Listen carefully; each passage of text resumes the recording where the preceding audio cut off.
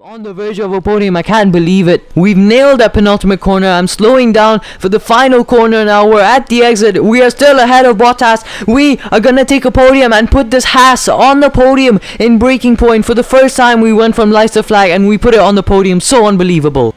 And I can see the drivers starting to approach the podium for the victory celebrations. A real team victory today. Everybody played their part. Congratulations then to Mercedes, your race winners today.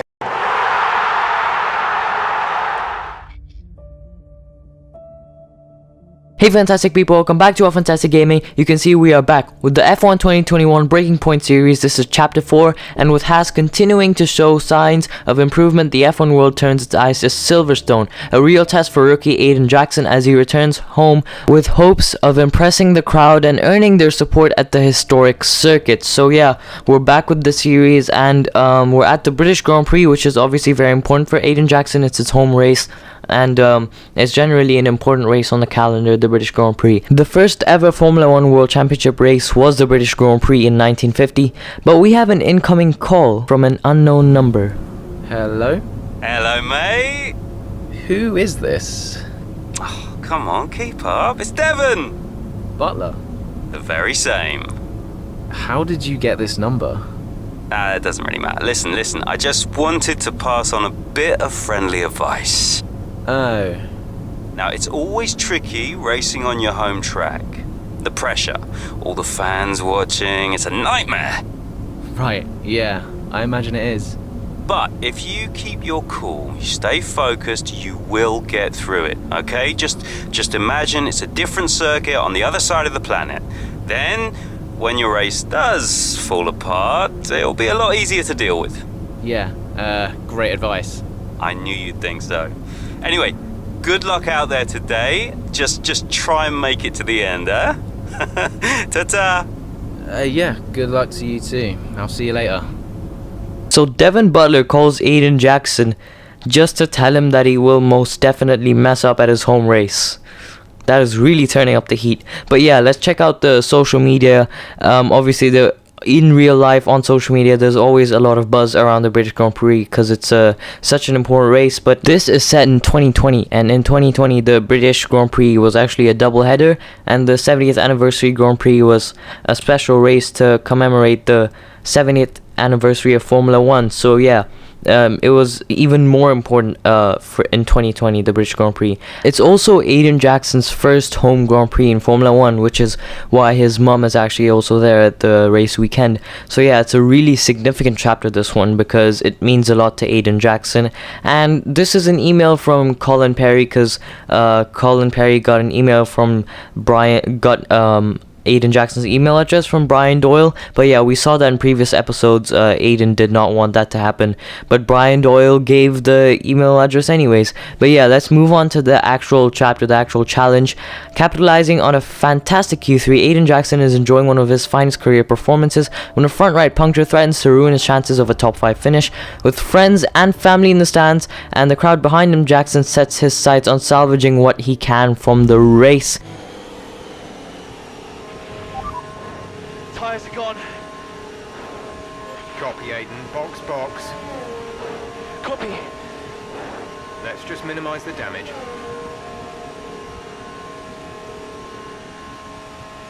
So yeah, this is gonna be a tough challenge, because we only have 7 laps left in this race and we have a puncture. So I wonder how much time we have to regain. We've probably lost a lot of time and a bunch of positions. So now we're entering the pit lane, and this is gonna be a huge problem because the pit lane at Silverstone, I mean, it's so long.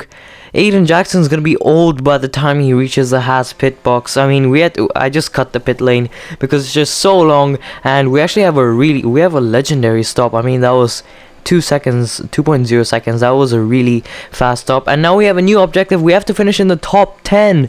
We have to finish in 10th and above, and we're coming out of the pits in P17. Oh my goodness, this is a disaster. So we're supposed to finish in the top. We're supposed to gain 7 positions in 6 laps.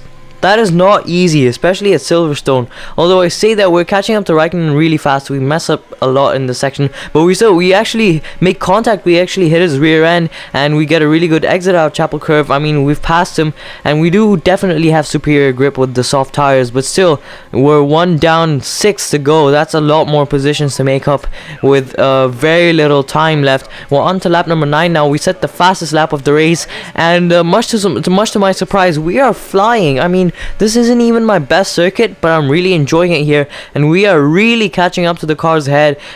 George Russell is the next car that we have to overtake for P15, that is. We get a okay exit out of the loop, coming through Aintree now, or going down the Wellington Straight, and you can see that down into Brooklands and Luffield, I was thinking about a move, but I didn't go for it, and I actually ended up with understeer because I braked too late. But now coming through Luffield, you can see that we actually tried to sneak one down the inside, but he didn't give us the space. But now you can see that we get such a good exit, and we're coming down the old pit straight down into Copse Corner, and yeah, we've got the position before we reach the corner, and we actually run wide because we did lift off, but we just didn't have the grip, and we were so far down the inside that I couldn't make the corner fully. Now coming back through the loop again on lap number 10, you can see we are just really catching up to these cars so fast, and you can see that the gap behind has already gone up to 2.1 seconds. So we are absolutely flying here at the Silverstone circuit, and yeah, we're just really doing so well. Again, that same understeer because of the dirty air, but it actually is a pretty good racing line for us, and it's working well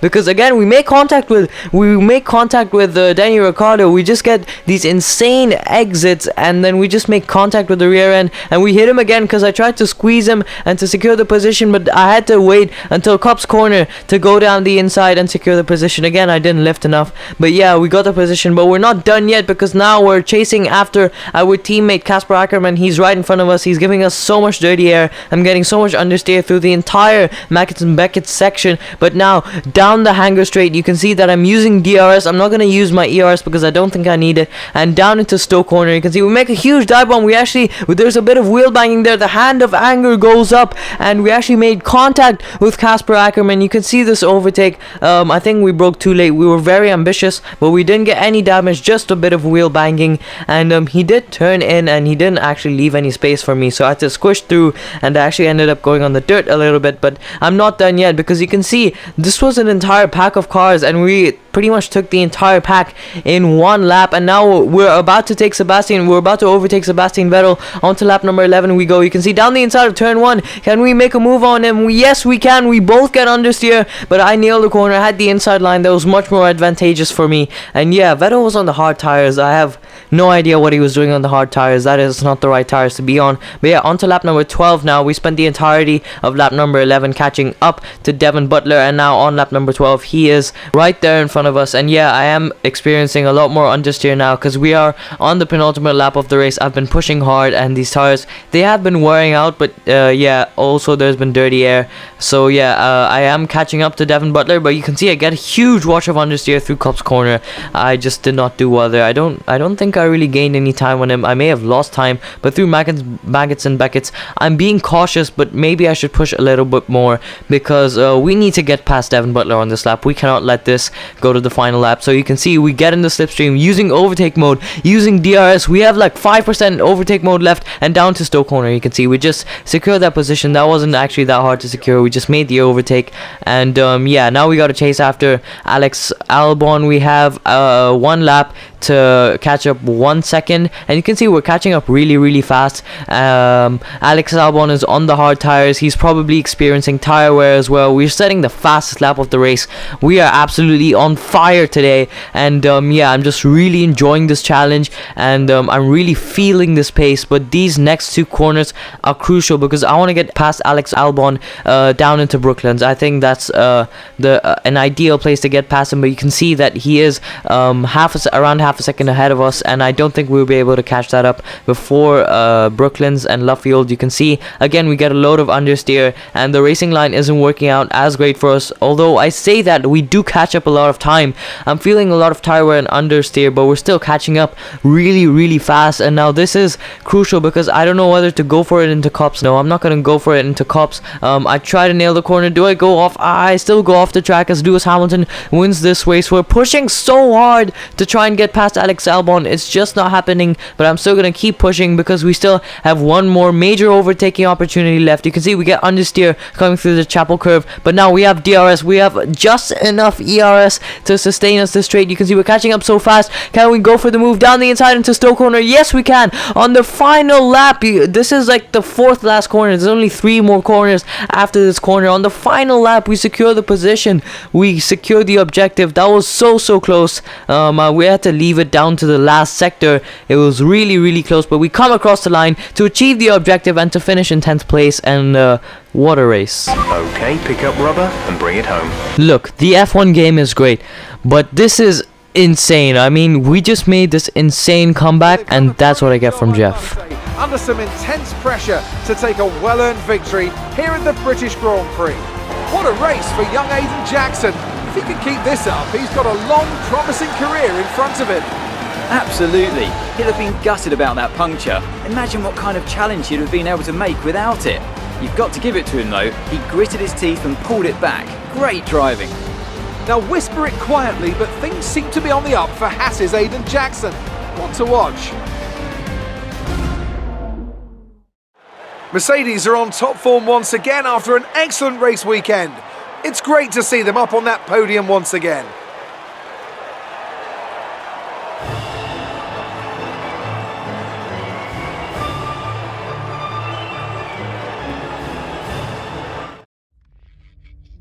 So we're here after an action-packed race, despite suffering a puncture mid-race, but Jackson manages to overcome the odds, securing a brilliant points finish for Haas at the British Grand Prix. I mean, yeah, we absolutely nailed that race, I think.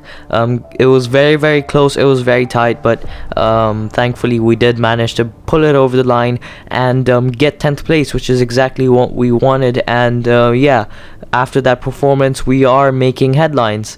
We can see in this news report right here that Jackson is making headlines, and yeah, this was some old news from earlier on, but now we have a phone call from Brian. Brian, Well, someone's the hot topic in the press room. what do you mean? Oh, come on. There's no need to be so modest. What are you on about, Brian? Well, after that puncture, everyone thought you'd lost it. But to pull it back and into the points, it's all anyone's talking about. Well, I'm glad the press is starting to take notice. Oh, get used to it. They put a bunch of interviews in your diary for tomorrow. It's why I was calling. Right, thanks for letting me know. So don't celebrate too hard tonight, eh? Yeah, alright, Brian. Don't worry. I'm only going to see my mum. Right. Well, each to their own. See you later, Brian. So as we saw from this TV screen, Aiden Jackson is a hot topic in the press, and people are really taking notice of his achievement, which is not surprising, because if a rookie does that well, it is gonna be taken. It is gonna be noticed, and you can see on social media as well. People are noticing Aiden Jackson's driving and his performance. Yeah. So yeah, this is really good for us. You can see a bunch of tweets that about Aiden Jackson's performance, and yeah, this is as I said earlier in episodes before, this social media tab is adding to the experience of the game and of the story mode. And yeah, this is an email from Günther Steiner about the race and about Aiden Jackson's performance. And hold on a second, Jeff turned red. Jeff got scared. Jeff has emotions? What? This is surprising me more than anything, because Jeff turned red. I thought, based on Jeff's radio messages, it looks like he doesn't have any emotions, but turns out he does. Very interesting. But yeah, another message from Aiden Jackson's personal assistant. And yeah, overall that was a great episode. That email from Günther Steiner was was shocking, because turns out that Jeff can turn red, and that he does know when things do get tense. So yeah, I wish they'd incorporated that into the radio messages though. Something for F1 2022. But yeah, very eventful race, for sure. You can see the puncture was pretty bad. The new puncture animation is, it's a little bit hilarious, I'm not gonna lie. But yeah, that was this is the final overtake, that deciding overtake that was so important, and that was so last minute, last lap, last sector. And this is F1ntastic Gaming. I hope you enjoyed this video, and be sure to hit that like button and subscribe.